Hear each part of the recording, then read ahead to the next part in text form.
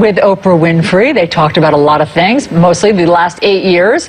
And Michelle Obama offered advice to the woman who will hold that next title.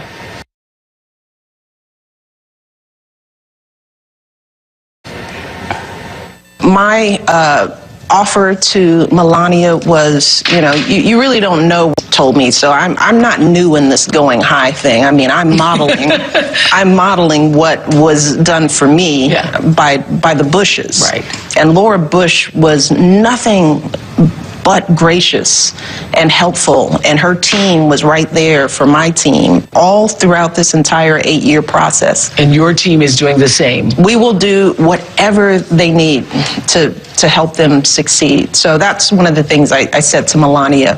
When you get to a place when you can digest all this and you have questions, because, you don't have questions, the day after the election. It's just sort of like, you're looking around the house and it's like, well, what do you want to know? And it's like, I don't know what I should know. And I knew that. So my door is open. And that was really the nature of the meeting.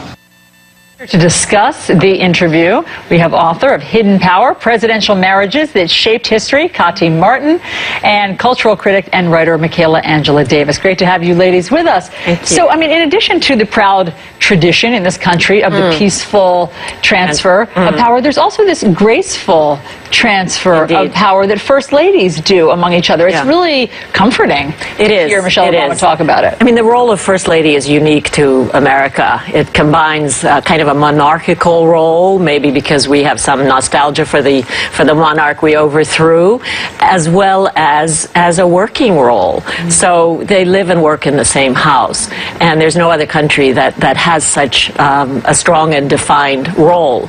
And Michelle Obama now enters that history, and she is carving out a role for herself that I have to say reaches into Eleanor Roosevelt territory, because she has declared an independent voice, independent of her husband, and not as a political voice, but as a moral voice. And people really look to her as a role model beyond the African American community. She was obviously history making as the first African American First Lady, but now it's particularly young people who see her as a model for parenting, a model for a modern marriage, and for speaking out for decency and kind of a fearless voice that we haven't seen coming out of the White House for a very long time. Well, even though it harkens back to Eleanor Roosevelt, let's say that this, we see in Michelle Obama the natural extension and evolution of a team of equals. Of course, you have your President of the United States, but that as First Lady,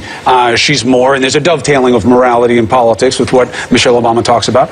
One question is her advice best served to Melania Trump or to Ivanka Trump? If it's true about the role that she's going to have in the White House. We've seen that before also. It was usually in the absence of having a First Lady. But to her. I think whenever Michelle speaks, she's speaking to a lot of women, right? And I think that she's very, she's brilliant in how she phrases things. So when she's saying, we go high when they go low, when she says, this is what we do, we model what we want to see, I think she was speaking to everyone. If you want a smart First Lady, you have to be one. So I think when she was speaking about talking to Ivanka, she was talking to all of us. And throughout this interview, when she said, for instance, when they were talking about being an angry black woman, and she said, you don't know me, I heard, you don't know black women in this way. You don't know us. So these tropes, these narrow narratives are what we're here to shatter, right? We have that. So let's play that moment and get you to talk about it. Watch this. When you were labeled that angry black woman, was that one of the things that knocked you back a bit? That was one of those things that you just sort of think, dang, you don't even know me. You just sort of feel like, wow, where'd that come from? And that's the first blowback, because you think, wow, that is so not me. But then you sort of think, well, this isn't about me. This is about the person or the people who write it. That's just the truth. And you know, Kati, I mean, you're just on the receiving end of whatever people think, whatever their opinions are as First Lady, and it's hard. You can't very well get on Twitter and give them a tongue lashing, you know, you take it. No, but the thing that's lost in this discussion is that the First Lady plays a dual role, internal and external. And traditionally, the most successful presidential marriages have been the ones where the president has an open line to his wife, because the presidency is such a bubble inside a bubble and so cut off from the people.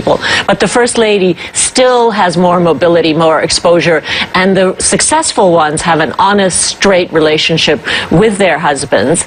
And Michelle Obama clearly has that, and one wonders about their successors, because Melania, who paid Mrs. Obama the greatest of all compliments by taking her yes, but she has no sense of American history, which is unique in our history, to have a First Lady without any ties to American culture, politics, history. So this is going to be a very steep learning curve. That was a really profound moment, because when you think about the collective imagination, the word first and lady are rarely associated with black women.